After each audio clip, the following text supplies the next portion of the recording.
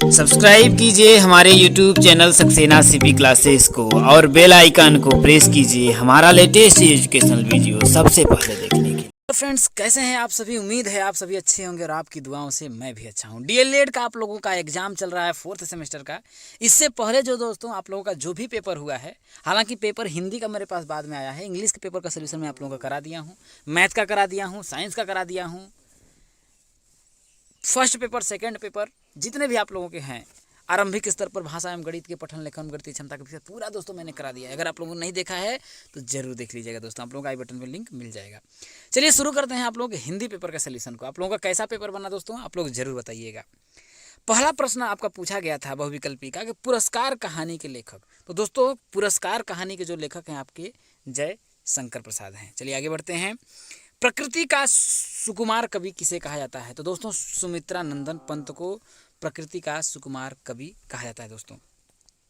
अगला है कि अनुस्वार एवं विसर्ग कहलाते हैं दोस्तों। तो वो आप लोगों का क्या हो जाएगा? अयोगवाह। क्या होगा दोस्तों? अयोगवाह दोस्तों। ठीक है, चलिए आगे बढ़ते हैं।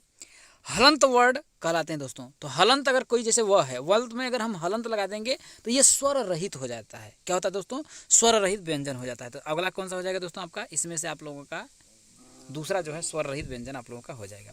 अगला अनुच्छेद लेखन की शैलियां हैं भावात्मक, समास, व्यंग। तो आप लोगों का राइट आपका हो जाएगा उपयुक्त, सभी आप लगा लीजिएगा। चलिए दोस्तों आगे बढ़ते हैं। अगला क्वेश्चन आप लोगों का पूछा है आवारा मसीहा के लेखक दोस्तों। तो आवारा मसीहा के जो लेखक हैं विष्णु प्रभाकर हैं। कौन दोस्तों आप लोगों का? विष्णु प्रभाकर जो हैं आप लोगों के आवारा मसीहा के लेखक हैं। कबीर की रचनाएं मसी कागज छुओ नहीं, कलम गही नहीं हाथ। क्या होगा दोस्तों? साखी, सबद, रमैनी, बीजक, ये आपकी क्या है? उनकी रचनाएं हैं। अगला है आपका उपसर्ग और प्रत्यय में क्या अंतर है दोस्तों?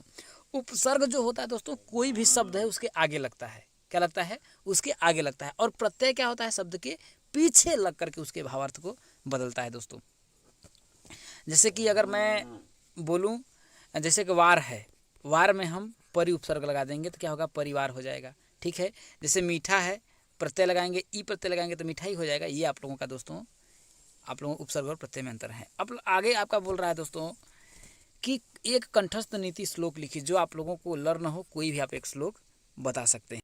जैसे एक आप लोगों का श्लोक बोल सकते हैं कि विद्या ददाति विनयम, विनयात याति पात्रताम,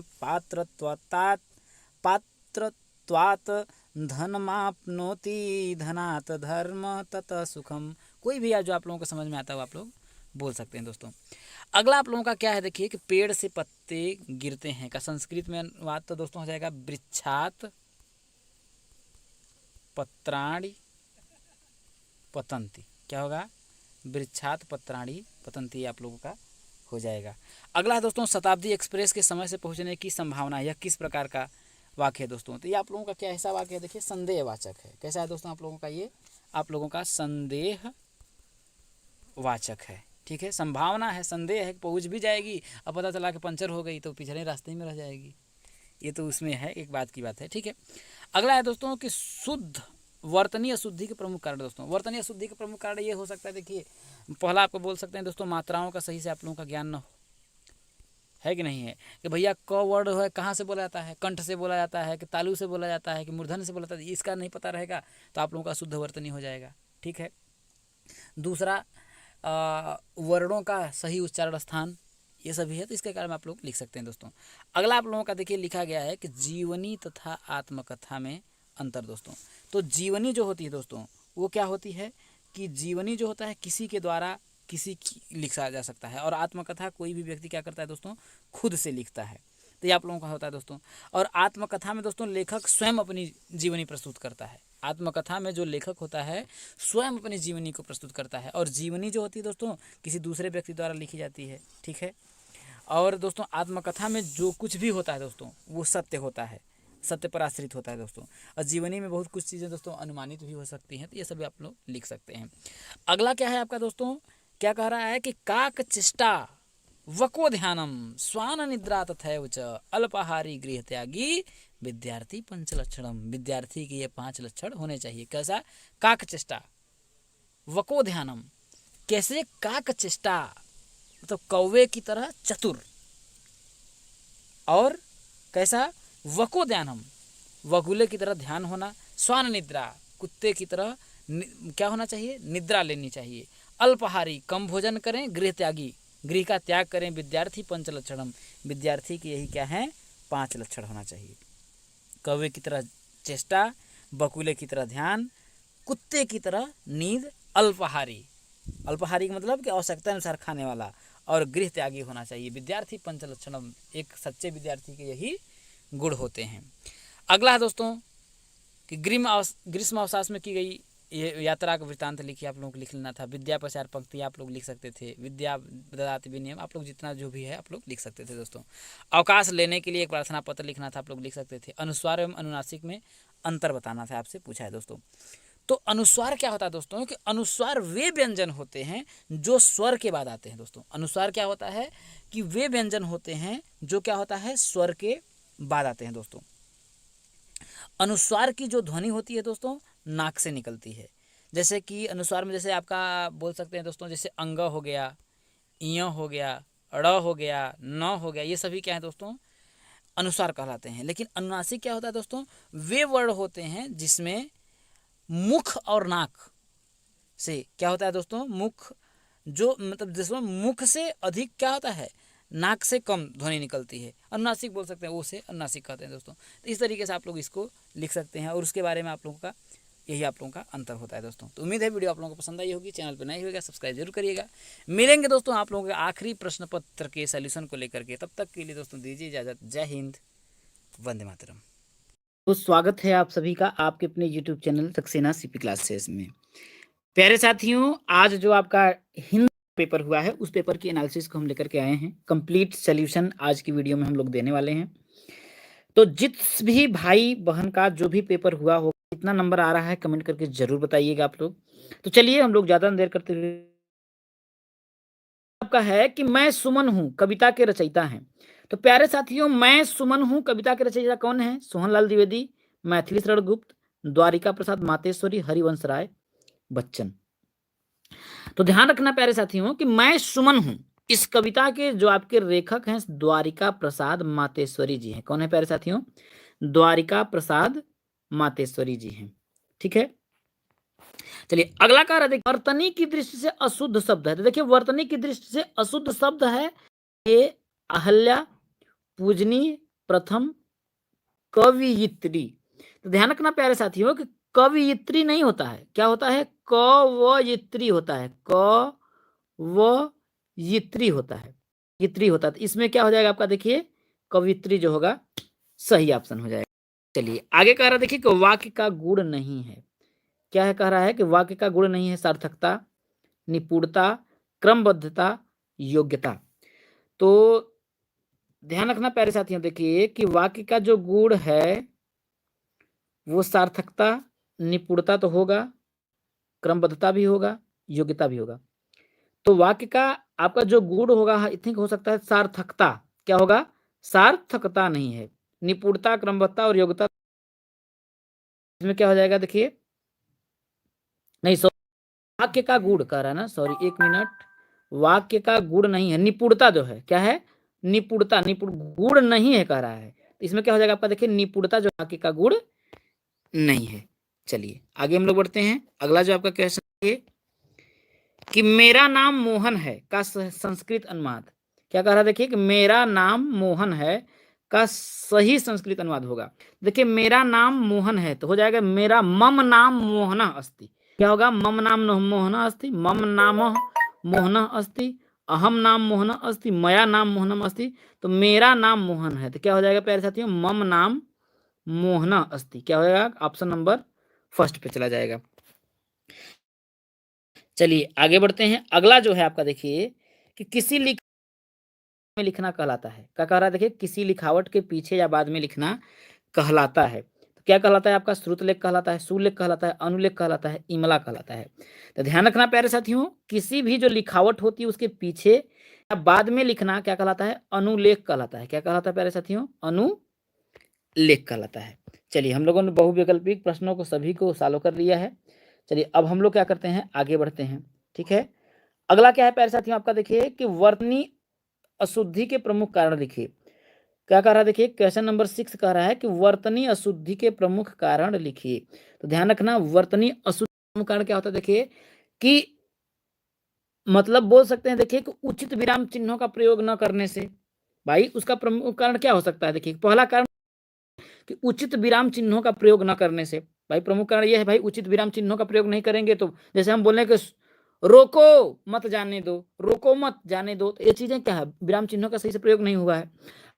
और दूसरा हम बोल सकते हैं देखिए कि वाक्य की जो रचना होती है, कभी क्या होता है कि विशेषण विशेष के अनुसार उचित लिंग एवं वचन में प्रयोग न करने से। भाई विशेषण और जो विशेष है उसके अनुसार उचित लिंग और वचन का सही से प्रयोग आप नहीं करेंगे, तब पर भी क्या होगा, वर्तनी में क्या होगा, आपका अशुद्धि होगा।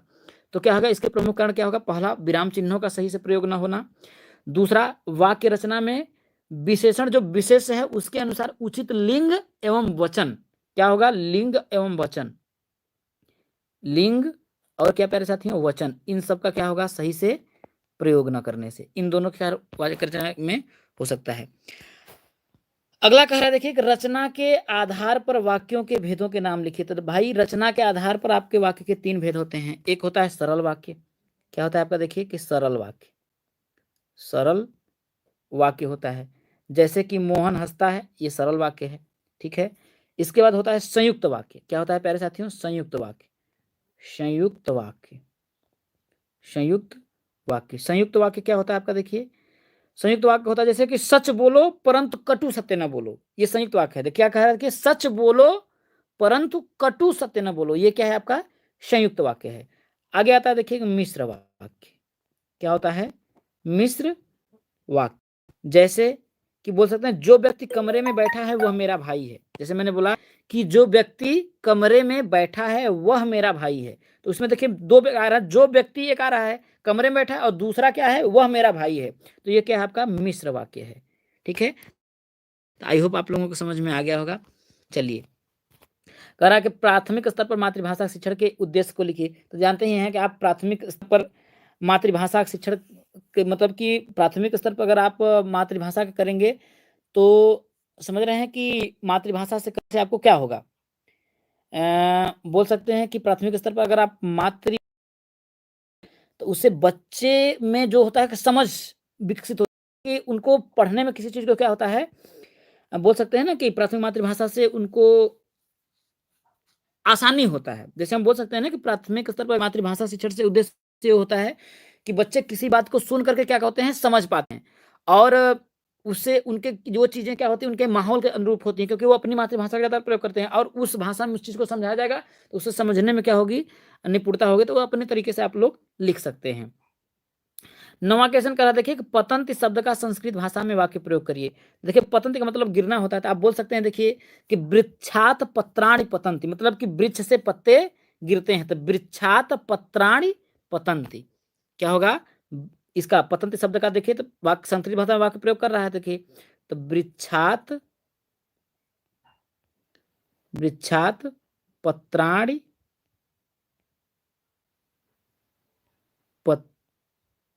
पत्राणि क्या होगा, पतंती हो जाएगा, पतंती, तो ये हो जाएगा वृक्ष से पत्ते गिरते हैं, तो इस प्रकार से आपका हो जाएगा। देखिए कह रहा है देखिए विद्या शब्द पर संस्कृत भाषा में 2 वाक्य लिखिए। तो देखिए संस्कृत भाषा में देखिए विद्या शब्द पे तो पहला ऐसे ही हो जाए, देखिए विद्या विनयम ददाति, क्या है कि नहीं, विद्या विनयम ददाति, क्या है कि विद्या विनयम, विनयम ददाति, विद्या विनय देती है। और दूसरा क्या हो सकता है, देखिए बोल सकते हैं देखिए कि विद्या अध्ययन मनुष्या बुद्धि तीव्रा भवति, मतलब विद्या अध्ययन, अध्ययनेन मतलब विद्या के अध्ययन से मनुष्य से बुद्धि तीव्र भवति, मतलब मनुष्य की बुद्धि क्या हो जाती है, तीव्र हो जाती है। तो इस तरीके से विद्या शब्द पे क्या आप कोई 2 वाक्य लिख सकते हैं। अगला यमक अलंकार की परिभाषा आप लिख सकते हैं जहां पर एक ही वर्णों की आवृत्ति बार बार होती हो परंतु उसके अर्थ अलग अलग हो, तो उसे यमक अलंकार कहते हैं। जैसे कनक कनक सौगुनी, माँ दकता अधिकाय, या पाए बौराए जग, या खाए बौराए। इसमें एक कनक का अर्थ जो होता है धतूरा होता है, एक कनक का अर्थ जो होता है आपका क्या होता है, सोना होता है। तो इस तरीके सिर्फ परिभाषा बोल रहा था, तो यहाँ पर आप लिख सकते हैं जहाँ पर एक ही वर्णों की आवृत्ति बार बार हो परंतु उसके अर्थ क्या हो, अलग अलग हो। तो इस तरीके से आप कर सकते हैं। देखिए अब लघुत्तरी प्रश्न में हम लोग आ जाते हैं। देखिए क्या है लघुत्तरी प्रश्न में कि देखिए कबीर दास द्वारा रचित सामाजिक कुरीतियां संबंधी एक दोहा लिखकर उसका अर्थ स्पष्ट करिए। देखिए कबीर दास द्वारा कुरीतियां संबंधी जैसे आप लिख सकते हैं। देखिए कि उन्होंने क्या था आपका, उन्होंने किया था देखिए कि एक हिंदुओं के प्रति लिखा था कि पाथर पूजे हरि मिले तो मैं पूजूं पहाड़, और घर की चक्की कोई न पूजे जाको पिस खाए संसार। तो मतलब कि पत्थर के पूजने से यदि हरि मिलता है तो मैं पूरे पहाड़ को पूजूं, और घर की जो चक्की है उसे कोई नहीं पूजता है, और जिसका क्या होता है पीसो खाए, जिसका पीसा इंसान क्या करता है खाता है। तो उसका आंसर आप इस प्रकार से लिख सकते हैं। देखिए और 13वां क्वेश्चन कह रहे देखिए, या फिर इसमें एक और मुस्लिमों के लिए लिखा था कि काकड़ पाथर जोड़ के मंदिर जियो बनाए, या मुल्ला बाग दे क्या बहरा तेरा खुदा है। तो उन्होंने इस प्रकार से लिखा था, तो ये कुरीतियां ही थी। इस प्रकार से आप उनको लिख सकते हैं। अगला है देखिए पद शिक्षण के सामान्य उद्देश्य, मतलब कि पद शिक्षण में क्या होता है, कल्पनाशीलता को क्या कहता है, बढ़ाना होता है। इसका सामान्य उद्देश्य यह है कि कल्पनाशीलता को बढ़ाता है। दूसरा कविता की संरचना को समझता है, क्योंकि कविता में क्या होता है कि एडिशनल चीजें होती हैं। जैसे देखिए कि पाथर पूजे हरि मिले, तो इसमें एक अर्थ निकल रहा है ना कि पत्थर के पूजने से यदि हरि मिलता है। या फिर कबीरदास का एक और था कि अंखड़ियां झाई पड़ी पंथ निहार निहार जी भड़िया छाल्या पड़ा राम पुकारी पुकार। तो इस प्रकार से, या फिर कांच साथी ढबका लागा फूट गया, कल्पना शक्ति को क्या करता है, बढ़ावा मिलता है। तो वही कह रहा है कि पद उद्देश्य लिखिए। तो पहला लिख सकते हैं कि इसमें क्या होता है, कल्पना शक्ति को बढ़ाना। दूसरा कविता की संरचना को बढ़ाना। कविता को क्या कहते हैं, संरचना को क्या करना है, बढ़ाना, समझना। कविता की जो संरचना है उसको क्या करना, समझना। तो ये चीज आपका हो सकता है। अगला देखिए नाटक शिक्षण की प्रमुख विधियां लिखिए। तो इसकी आपकी जो भी विधियां हैं आप लिख सकते हैं। नंबर 15 जो है देखिए कह रहा है कि ये शाम न विद्या न तपो न दानम। क्या कह रहा है देखिए, 1 मिनट थोड़ा सा छोटा मुझे कर लेने दीजिए। हाँ, कह रहा है कि ये शाम न विद्या न तपो न दानम ज्ञानम न शीलम न गूढ़ो न धर्म ते मर्त लोके भूवि भार भूता मनुष्य रूपेण मृगास चरंती। उपरिक्त श्लोक का हिंदी भावार्थ लिखिए। कह रहा देखिए कि ये सा न विद्या न तपो न दानम, ये सा मतलब जिन लोगों के पास न विद्या होती है, न तप होता है, न दानम और न दान होता है, ज्ञानम न शीलम और न ज्ञान होता है, और न होता है क्या होता है, शील होता है, न गुड़ो न धर्म, न गुड़ होता है और न ही धर्म होता है। ते मर्त लोके भू भारती, मतलब कि ते ऐसे मनुष्य इस मर्त लोक मतलब इस मृत्यु लोक में भूई भार भूता मतलब पृथ्वी पर क्या है, भार भूता मतलब भार के समान है। और क्या कर रहा है, मनुष्य रूपेण मृगा चरंती, भार के मतलब वो क्या है, इस पृथ्वी पर क्या है, भार हैं। और मनुष्य रूपेण, और मनुष्य रूप में क्या है, मृगा चरंती। मृग मतलब होता है हिरण, या मृग मतलब जानवर बोल सकते हैं, मृगा चरंती। और मृगों की तरह क्या कर रहा है, जानवरों की तरह क्या करते हैं, विचरण करते हैं। क्या करते हैं प्यारे साथी, जानवरों की तरह विचरण करते हैं। तो ये शाम न विद्या न तपो न दानम ज्ञानम न शीलम न गूढ़ो न धर्म ते मर्त लोके भूवि भार भूता मनुष्य रूपेण मृगाश्चरंती। ये शाम न विद्या, ऐसे लोगों के पास न तो विद्या है, ऐसे लोग जिनके पास न तो विद्या है, न तप है, न दान है, न ज्ञान है, न शील है, न गूढ़ है, न धर्म है, ते मर्त लोगे, वे लोग मर्त लोके मतलब इस मृत्यु लोक में भूवि भार भूता, इस पृथ्वी पर क्या है, भार हैं, भार हैं। और क्या कर रहा है कि मनुष्य रूपेण मृगाश्चरंती, और मनुष्य रूप में क्या करते हैं, मृगाश्चरंती जानवर की तरह क्या करते हैं, घूमते रहते हैं। समझ में आया। आगे कह रहा देखिए कि संप्रदान कारक में कौन सी विभक्ति है, एक उदाहरण लिखिए। ध्यान रखिएगा संप्रदान कारक में कौन सा, देखिए प्रथमा कर्ता ने द्वितीय कर्म को तृतीय करण के द्वारा चतुर्थी संप्रदान के लिए, तो एक इसमें कौन सी विभक्ति है, देखिए चतुर्थी विभक्ति है। संप्रदान कारक क्या है, चतुर्थी विभक्ति। कौन सा होगा प्यारे साथियों, चतुर्थी। क्या होगा, चतुर्थी विभक्ति। और आगे क्या कह रहा देखिए, एक उदाहरण भी आपको लिखना है। तो बोल सकते हैं देखिए के लिए, तो जैसे मैं बोल रहा हूं कि मैं राम के लिए चाय बना रहा हूं, भाई के लिए, तो देखिए राम के लिए क्या कर रहा है, राम के लिए, मैं राम के लिए क्या कर रहा हूं, चाय बना रहा हूं। तो चाय किसके लिए बनाई जा रही है, राम के लिए। इसमें क्या होगा आपका संप्रदान कारक होगा। अगला जो है आपका देखिए 17वां क्वेश्चन से देखिए कि अधोलिखित शब्दों का संधि विच्छेद करिए। देखिए नदीसह, नदीसह का होगा नदी प्लस ईश, नदीसह का क्या होगा देखिए कि नदी प्लस ईश, सॉरी 1 मिनट, नदी प्लस ईश, ये आपका अकस्वड़े दीर्घ मतलब दीर्घ संधि है। क्या है आपका? दीर्घ संधि है।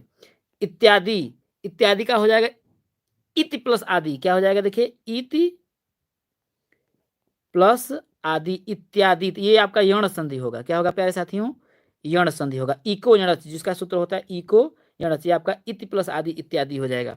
चलिए आगे कह रहा है उज्ज्वल, तो उज्ज्वल का होगा होता है देखिए उत प्लस ज्वल, ये व्यंजन संधि है आपका। देखिए क्या होगा उत और प्लस क्या होगा ज्वाला है ना, तो उत प्लस ज्वाला हो जाएगा। ठीक है, का हो जाएगा।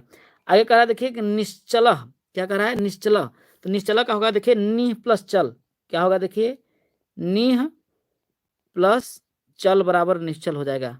ठीक है, निश्चला मतलब निह प्लस चला। ये आपका इस तरीके से आपका हिंदी के सभी प्रश्न खत्म होते हैं। तो आई होप कि आप लोगों को पसंद आया होगा अच्छे तरीके से।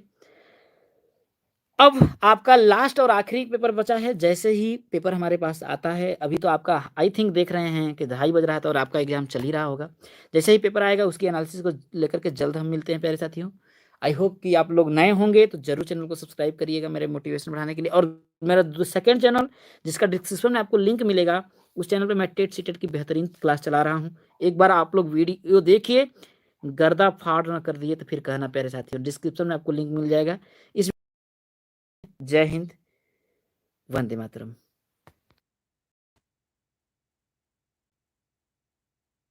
बहुत बहुत स्वागत है आप सभी का आपके अपने YouTube channel Saxena CP classes में। दोस्तों आज जो आप लोगों का पेपर हुआ है, हिंदी का पेपर हुआ है, उसके पेपर के सल्यूशन को हम लेकर के आपके सामने आए हैं। इससे पहले जितने भी आपके पेपर हुए हैं सभी पेपर के सल्यूशन को हमने दे दिया है बहुत ही अच्छे तरीके से। तो यदि अब तक आपने नहीं देखा है तो आप लोगों को आई बटन में सभी के आपके लिंक मिल जाएंगे, वहाँ पर विजिट कर सकते हैं। और यदि अब तक यदि आपने हमारे टेलीग्राम चैनल को नहीं ज्वाइन किया है दोस्तों, तो उसे ज़रूर ज्वाइन कर लीजिएगा, क्योंकि टेट से लेकर के सुपर टेट सी टेट की जो भी वीडियोज हैं उस पर मैं अपने डालता रहता हूँ। तो चलिए शुरू करते हैं। आज का जो आपका पहला क्वेश्चन है, देखिए आंसू किसकी रचना है? तो आंसू किसकी रचना है मेरे दोस्तों? जयशंकर प्रसाद। आंसू जो है आप लोगों की रचना किसकी है? जय शंकर प्रसाद की रचना है। आगे देखिए आपका पूछ रहा है, देखिए प्रत्येक शब्द में संधि है। तो प्रत्येक, देखिए अधा तो आ गया तो आपका यण संधि हो जाएगा। कौन सा हो जाएगा मेरे दोस्तों? आपका यण संधि आपका आ जाएगा। अगला है देखिए, आपका थोड़ा सा बड़ा कर लेते हैं कि बसेरे से दूर, क्या मेरे दोस्तों कि बसेरे से दूर पुस्तक के लेखक। तो बसेरे से दूर पुस्तक के लेखक कौन है? आपके हरिवंश राय बच्चन हैं। कौन है मेरे दोस्तों? हरिवंश राय बच्चन जी हैं। आगे देखिए आपका, देखिए कि राम, क्या देखिए राम शब्द का पंचमी एक वचन, तो क्या होता है दोस्तों? रामः रामम रामेण रामाय रामात। पांचवा आप क्या आ जाएगा आपका? रामत। रामः रामम रामेण रामाय रामात रामस्य रामे राम। ये मैंने आप लोगों को करवाया था पहला वाला, तो कौन सा हो जाएगा आपका? रामात हो जाएगा। आगे दोस्तों आपका कह रहा है, देखिए कि आधुनिक युग की मीरा किस कवित्री को कहा जाता है? तो आधुनिक युग का मीरा किसे कहते हैं दोस्तों? महादेवी वर्मा को। किसे कहा जाता है दोस्तों? महादेवी वर्मा को। तो इतने 5 बहुविकल्पी आपके हो गए। कितने आपके सही हैं दोस्तों? कमेंट करके जरूर बताइएगा। अब दोस्तों आप लोगों का अति लघु उत्तरीय प्रश्न में जो पूछा था, वृक्ष से पत्ते गिरते हैं वाक्य में कौन सा कारक है? तो वृक्षात पत्राणि पतन्ति, कौन सा हो जाएगा? देखिए प्रथमा कर्ता ने द्वितीय कर्म को तृतीय कर्ण के द्वारा चतुर्थी संप्रदान के लिए पंचमी आपादान से अलग होने के अर्थ में। तो वृक्ष से पत्ते गिरते हैं, तो वृक्ष से पत्ते क्या हो रहे हैं? अलग हो रहे हैं। तो कौन सा कारक पूछा रहा है दोस्तों? तो कौन सा हो जाएगा आपका? आपादान कारक। कौन सा? आपादान कारक हो जाएगा। ठीक है मेरे दोस्तों, आगे बढ़ते हैं। देखिए आपका कि कंठ ध्वनियाँ कौन कौन सी हैं?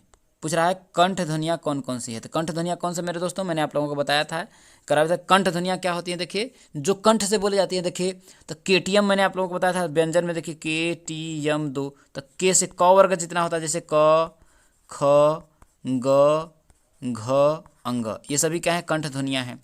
और स्वर में अगर आप आते हैं अ और आ, ये सभी क्या है? देखिए आपका कंठ ध्वनियाँ हैं। और व भी जो आ जाता है दोस्तों आपका कंठ में ही आ जाता है। तो ये सभी आपके कंठ ध्वनियाँ हैं। आगे देखिए आपका पूछ रहा है, देखिए कि हार शब्द में उपसर्ग जोड़ते हुए शब्द बनाइए। तो देखिए प्र में अगर हम हार जोड़ देंगे तो आपका क्या होगा, आपका प्रहार हो जाएगा। क्या हो जाएगा मेरे दोस्तों, 1 मिनट, प्रहार हो जाएगा। और क्या हो जाएगा देखिए, और देखिए हार में उप जोड़ देंगे तो क्या हो जाएगा आपका, देखिए उप में हार जोड़ देंगे तो आपका क्या होगा, उपहार हो जाएगा। और सम में हार जोड़ देंगे तो आपका क्या हो जाएगा, संहार हो जाएगा, संहार हो जाएगा। और वी में हार जोड़ देंगे, क्या जोड़ेंगे, वी में यदि मैं हार जोड़ दूंगा तो क्या होगा आपका, विहार हो जाएगा। ठीक है दोस्तों, तो विहार करना। ठीक है दोस्तों, तो इस तरीके से आप लोग कर सकते हैं। ठीक है दोस्तों, आगे है देखिए आपका अगला के हितम मनोहारि च दुर्लभम वच, सूक्ति का हिंदी में अनुवाद। तो देखिए हितम मनोहारी च दुर्लभम पच, सूक्ति का हिंदी में अर्थ अगर कहा जाए तो हितकारी क्षमा करिएगा दोस्तों, कि हितकारी और मनोहर वाणी क्या होती है, दुर्लभम पच, दुर्लभ के समान होती है। एक बोल सकते हैं देखिए कि मैंने उसमें सुना था, महाभारत में देख रहा था तो उसमें सुना था कि विदुर जी कहते हैं कि इस संसार में ऐसा व्यक्ति जो है मिलना कठिन है, जो आपके हित के लिए भी बोले और उसकी वाणी में कठोरता भी न हो। अर्थात हितकारी बात मधुरता के समान प्रस्तुत करने वाले व्यक्ति दुर्लभ होते हैं। तो हितम मनोहारी च दुर्लभम पच, मतलब हितकारी और मनोहर वाणी दुर्लभ के समान होती हैं।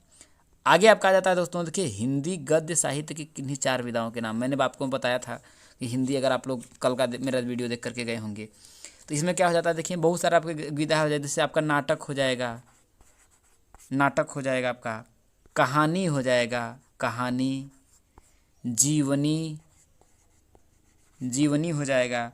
और आपका आत्मकथा हो जाएगा, आत्मकथा हो जाएगा, संस्मरण हो जाएगा, रेखा चित्र हो जाएगा, निबंध हो जाएगा। ये सभी बहुत सी आपकी 4 विधाएं हो जाएंगी।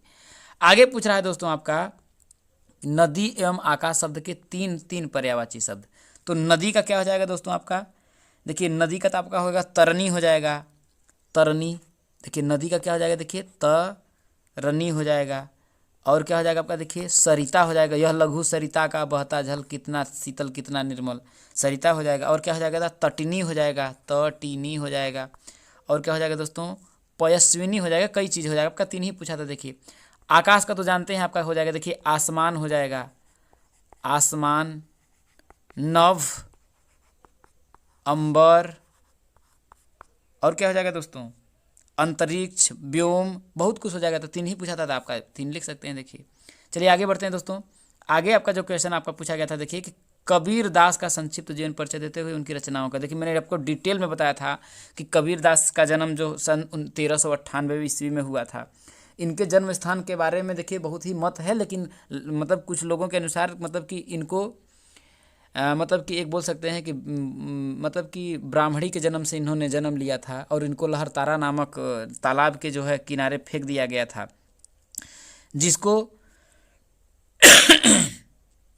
नीरू और नीमा नाम के 2 दंपति जुलाहा ने क्या किया था, इनका लालन पोषण किया था। और इनका जो मतलब कि बोलते हैं शादी, इनका जो शादी हुआ था आपका लोई नामक, किसे, लोई नामक स्त्री से हुआ था। और इनके गुरु का नाम क्या था, रामानंद था, रामानंद था। और इनके 2 पुत्र थे, कमाल और कमाली, कमाल और कमाली, इन्होंने अपने पुत्र का नाम रखा था। और क्या इनकी खासियत थी दोस्तों कि बोल सकते हैं देखिए कि इन्होंने खुद बोला था कि मसी कागज छुओ नहीं कलम गही नहीं आत। मैंने खुद कागज नहीं छुआ, लेकिन इतनी चीज़ों को उन्होंने बताया था। और इन्होंने किया था दोस्तों, इनकी अब देखिए रचनाओं के बारे में अगर पूछा जाए तो इनकी जो देखिए, इनका पहले मृत्यु बताते हैं। मृत्यु इनका देखिए 1518 ईस्वी में। कुल बताया जाता है कि 100 मतलब कि 20 साल जिए थे। अंतिम समय में ये मगहर चले भी गए थे। और इनकी जो रचनाएं हैं, बीजक हैं, साखी है, शबद है, रामायणी है, बहुत सी इनकी रचनाओं का है आपका। आगे दोस्तों आपका बोल रहा है देखिए कि संस्कृत भाषा क्या बोल रहा है, देखिए संस्कृत भाषा के उच्चारण में दोष के 5 कारण बताइए। तो पहला देखिए कारण ये देखिए कि वर्णों जो होता है उसका सही से ज्ञान न होना, पहला चीज़। और देखिए और दोष हो सकता है दोस्तों, ये हो सकता है कि वर्णों को शीघ्रता से आदमी बोल देता है, उच्चारण के दोष के 5 कारण देखिए, वर्णों का इंसान शीघ्रता से बोल देता है, रुक रुक करके बोलता है, या बुदबुदा कर बोलता है, वर्णों को बोलते समय नाक से सुर निकालता है, तो ये उच्चारण में क्या कहते हैं, ये दोष हैं। आगे आपका पूछा देखिए कि निम्नलिखित शब्दों का संधि विच्छेद, विद्यालय का क्या हो जाएगा, विद्या प्लस आलय हो जाएगा। और देखिए क्या है, महोत्सव का हो जाएगा महा प्लस उत्सव, महोत्सव, महा प्लस उत्सव। आ के बाद ई आए तो ए हो जाता है, आ के बाद उ आए तो ओ हो जाता है, गुण संधि। और रमेश तो रमा प्लस इस हो जाएगा। पवन का देखिए अय आय औ तो पौ औ तो आपका पप्पो हो जाएगा, पो प्लस अन हो जाएगा। यद्यपि का हो जाएगा यदि प्लस अपि हो जाएगा, यदि प्लस अपि हो जाएगा। तो ये सभी आपके इसके हो जाएंगे। आगे कह रहा देखिए, यात्रा वृत्तांत किसे कहते हैं, क्या बोल रहे दोस्तों, यात्रा वृत्तांत आपका पूछा। देखिए तो यात्रा वृत्तांत क्या हो जाता है दोस्तों, ऐसे बोल सकते हैं देखिए कि यह साहित्य की वह विधा है जिसमें लेखक किसी स्थान की यात्रा का वर्णन करता है। देखिए यात्रा का वृत्तांत, जैसे होता है ना, कोई कहता है कि अरे अपना दुख हम का बताएं, ठीक है, तो यात्रा वृत्तांत मतलब यात्रा की वर्णन करना, ऐसे समझ लीजिए। तो वह मतलब कि साहित्य की बोल सकते हैं वह विधा है जिसमें लेखक क्या होता है, किसी स्थान की यात्रा का वर्णन करता है। और यह जो वर्णन होता है बहुत ही रोचक होता है। कैसा होता है दोस्तों, रोचक होता है। वर्णन के दौरान जो लेखक होता है इतिहास, भूगोल, संस्कृति, अर्थव्यवस्था आदि से पाठक को क्या करता है, परिचित कराता रहता है। जैसे अगर यात्रा वृत्तांत, जैसे अगर हम लोग जैसे कि दिल्ली गए तो वहाँ पर जितने भी है, कुतुब मीनार है जैसे कि आपका, या फिर बोल सकते हैं इंडिया गेट है, तो जितना भी है आप लोगों का पूरा चीज़ों का वर्णन करते जाएं, आपका लाल किला जो है उसको पूरा बताते जाएं, तो ये यात्रा वृत्तांत हो जाएगा। अब देखिए इसका कह रहा है देखिए कि किसी एक यात्रा वृत्तांत का नाम और उसके लेखक का नाम। तो एक आपका यात्रा वृत्तांत आपका जाता है दोस्तों मोहन राकेश, इसका मोहन राकेश ने का जो यात्रा वृत्तांत है वो आपका, एक मिनट याद नहीं आ रहा है, मोहन राकेश का देखिए आखिरी चट्टान था, क्या था, आखिरी चट्टान ये था। अब देखिए यात्रा वृत्तांत के बारे में अगर बहुत अच्छी तरीके से जाना है, देखिए यात्रा वृत्तांत का जो सबसे बड़ा वो धनी माना जाता है राहुल सांकृत्यायन को जाना जाता है। उन्होंने अथातो घुमक्कड़ जिज्ञासा ही घूमते घूमते लिख दिया। और उनका देखिए यात्रा के पन्ने था उनका यात्रा वृत्तांत। और श्रीधर पाठक ने देहरादून शिमला यात्रा लिखा था, स्वामी मंगला ने मॉरिशस यात्रा लिखा था। बहुत से यात्रा वृत्तांत है मेरे दोस्तों। तो इसमें एक पूछा था तो मोहन राकेश का लिख लीजिए आखिरी चट्टान। अब देखिए आगे पूछ रहा है देखिए कि मौन वाचन का उद्देश्य क्या पूछ रहा है मेरे दोस्तों, मौन वाचन का जो है उद्देश्य क्या है। तो मौन वाचन का देखिए उद्देश्य मैंने आप लोगों को बताया था कि मौन वाचन का उद्देश्य क्या होता था कि पठन की गति में तीव्रता, किसमें, पठन की गति में क्या करना, तीव्रता लाना और बोध की गति में वृद्धि करना। किसकी, बोध की गति में क्या करना, वृद्धि करना। और जो सतह पठन किए गए जो अंश हैं उसको समझने की क्षमता उत्पन्न करना, ये मौन वाचन का उद्देश्य है। तथ्य को स्मरण करने की क्षमता का विकास करना, ये भी वाचन का उद्देश्य है। और देखिए शिक्षार्थियों के शब्द तथा सुक्ति भंडारण में वृद्धि करना, यह भी क्या होता है, मौन वाचन का उद्देश्य होता है।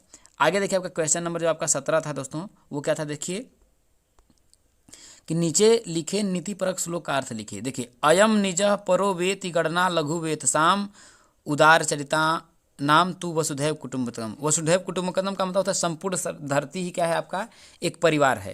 तो देखिए अयम निज परो वेति गणनाम, मतलब यह मेरा है वह उसका है, यह मेरा है यह उसका है, ऐसी संकुचित सोच चित्त वाले, क्या, परो वेति गणनाम लघु चेत साम, ऐसी देखिए यह मेरा है यह उसका है, ऐसी सोच संकुचित चित्त वाले व्यक्तियों की, मतलब ऐसी जो सोच होती है। फिर से देखिए अयम निजः परो वेति गणनाम लघु सेत्साम, यह मेरा है यह उसका है, जो ऐसी जो सोच है संकुचित चित्त वाले व्यक्तियों की होती है। इसके विपरीत बोल रहा है उदार चरिताम नाम तू वसुधैव कुटुंबकम, कि इसके विपरीत उदार चरित वाले लोगों के लिए तो यह संपूर्ण धरती ही क्या है, परिवार जैसी है। तो फिर से देखिए अयम निजः परो वेति गणना लघु वेत साम उदार चरिता नाम तु वसुधैव कुटुंबकम, कि मतलब यह मेरा है यह उसका है, ऐसी सोच संकुचित चित्त वाले व्यक्तियों की होती है। इसके विपरीत उदार चरित वाले लोगों के लिए तो यह संपूर्ण धरती ही एक परिवार जैसी है। ये आपका हो जाएगा। आगे आपका देता है लास्ट और आखिरी क्वेश्चन पूछा गया था कि निम्नलिखित शब्दों का हिंदी में अर्थ लिखिए। तो क्या लिखा? अभितः। अभितः का मतलब होता है देखिए चारों ओर से। क्या होता है दोस्तों? चारों ओर, चारों ओर से। ध्रुवम, देखिए ध्रुवम का मतलब होता है अवश्य। ध्रुवम का देखिए मतलब होता है देखिए अवश्य। और स्वः, स्वः का मतलब होता है देखिए कल। क्या होता है जैसे? स्वः का मतलब होता है कल। और सांप्रतम, सांप्रतम का मतलब होता है देखिए अब।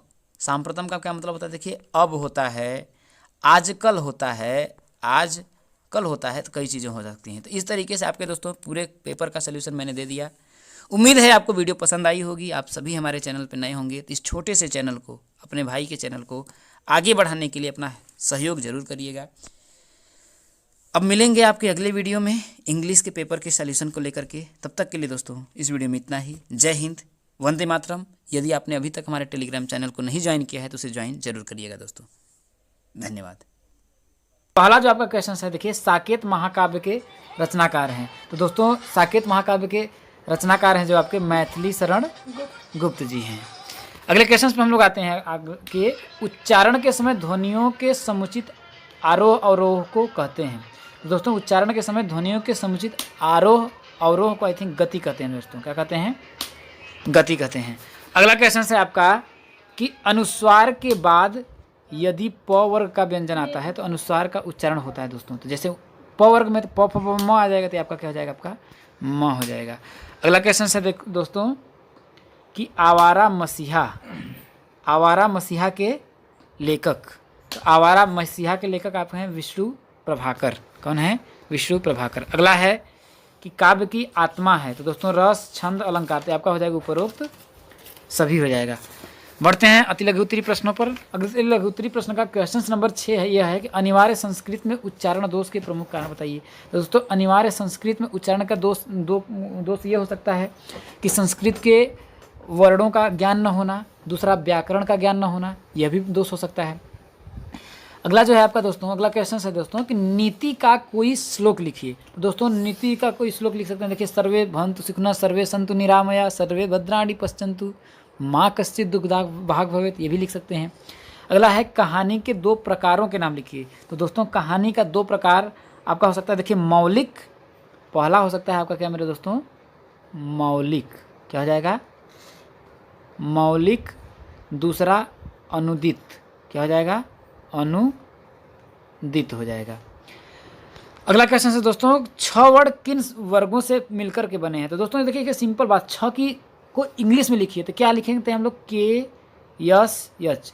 तो के से क होता है, यस एच से खटकोड़ वाला स होता है। तो क स संवड़े क और स के संयोग से क्या बनता है मेरे दोस्तों? 6 बनता है। अगला है कि हिंदी गद्य की 2 विधाओं के नाम लिखिए। तो हिंदी गद्य की 2 विधाएं आपका देखिए उपन्यास हो सकता है, नाटक हो सकता है, एक बहुत सारे हो सकते हैं दोस्तों। तो हिंदी गद्य की आपके 2 ही पूछा है, तो उपन्यास और नाटक लिख दीजिए। अगला जो आपका क्वेश्चन है कह रहा है कि स्वर्ण शब्द का पर्यायवाची लिखिए। किसका दोस्तों? स्वर्ण शब्द। तो स्वर्ण का देखिए पर्यायवाची आपका हो जाएगा देखिए सोना हो जाएगा। क्या हो जाएगा? सोना हो जाएगा। कनक हो जाएगा और आपका हो जाएगा कंचन हो जाएगा, कंचन हो जाएगा। तो ये सभी आपके क्या है दोस्तों? इसके पर्यायवाची शब्द हो जाएंगे। अगला क्वेश्चन है दोस्तों लघु उत्तरी प्रश्न आपको मैं दिखा देता हूँ। देखिए जीवनी था आत्मकथा में कोई आचार अंतर। तो जीवनी था आत्मकथा में आप अंतर लिख सकते हैं। प्रत्यय एवं उपसर्ग में अंतर। तो उपसर्ग जो होता है दोस्तों पहले लगता है और प्रत्यय आपका बाद में लगता है। 14 नंबर क्वेश्चन कह रहा है कि मौन वाचन किसे कहते हैं। तो दोस्तों वह वाचन जिसमें आपका ध्वनि का क्या हो दोस्तों, मतलब कि ध्वनियों का उच्चारण न किया हो, वो मौन वाचन होता है दोस्तों। इसके बाद कह रहा है देखिए कि अनुच्छेद का उचित शीर्षक चयन करते हुए किन किन बातों का ध्यान रखना चाहिए। तो इसको आप लिख ही सकते हैं। कविता शिक्षण के उद्देश्यों के बारे में आपको लिखना है, लिख ही सकते हैं। देखिए विशेष्य किसे कहते हैं। विशेष्य का मतलब जैसे होता है दोस्तों काला घोड़ा, काला घोड़ा। तो घोड़ा की विशेषता बता रहा है देखिए काला, तो ये आपका विशेष्य हो गया। अगला क्वेश्चन दोस्तों, अगला और लास्ट क्वेश्चन से आपका दिखा रहा है कि हिंदी वाक्यों का संस्कृत में अनुवाद कीजिए। पेड़ से पत्ते गिरते हैं।